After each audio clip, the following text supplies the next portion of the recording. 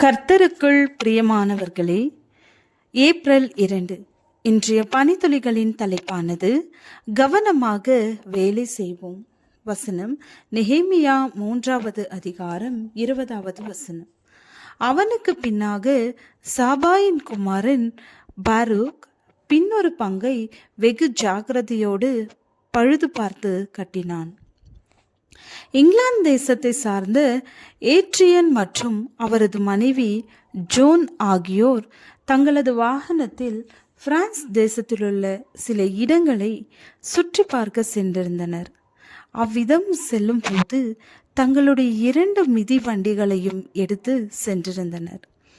அதை காரின் வெளிப்புற பின்பகுதியில் வைக்க அதற்கான வசதி இருந்தது.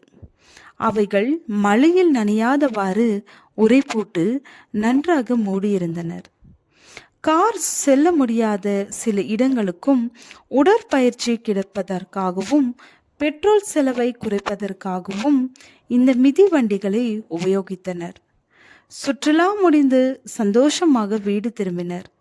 சுமார் 6 மணி நேர பயணம் இரவு 10:30 மணியளவில் வீடு வந்து சேர்ந்தனர். காரில் இருந்த ஒவ்வொரு பொருட்களாக எடுத்து வீட்டிற்குள் சென்றனர். கடைசியாக வாகனத்தில் பின்னால் இருந்து மிதிவண்டியை எடுக்க சென்று அதன் உரையை அகற்றும் போது உள்ளே 2 கால்கள் தெரிந்தன. 2 பேரும் அதிர்ச்சிக்குள்ளானார்கள். அப்பொழுது 16 வயது நிரம்பிய கருப்பின வாலிபன் அதற்குள் இருந்து இறங்கி வந்தான்.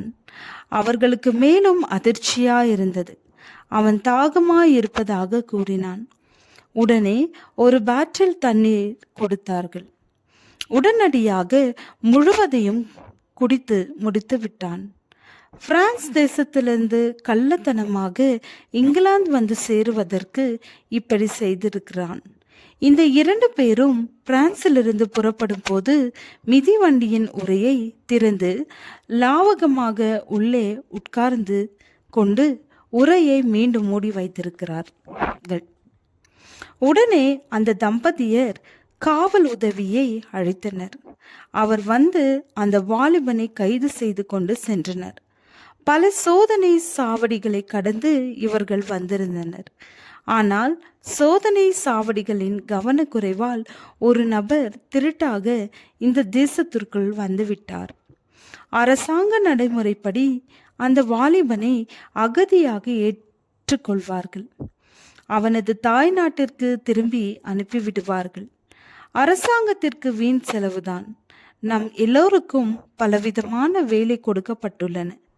நாம் கவனக்குறைவாக செயல்பட்டால் குடும்பத்திலும் சபையிலும் அலுவலகங்களிலும் பொது இடங்களிலும் குழப்பங்கள் ஏற்படும்.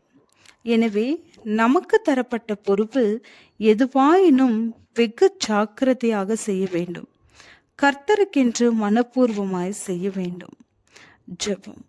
பிதாவே, நாங்கள் செய்யும் வேலைகளில் ஜாக்கிரதையாக கவனமாயிருக்க கிருபையை தாரும். ஆமென்.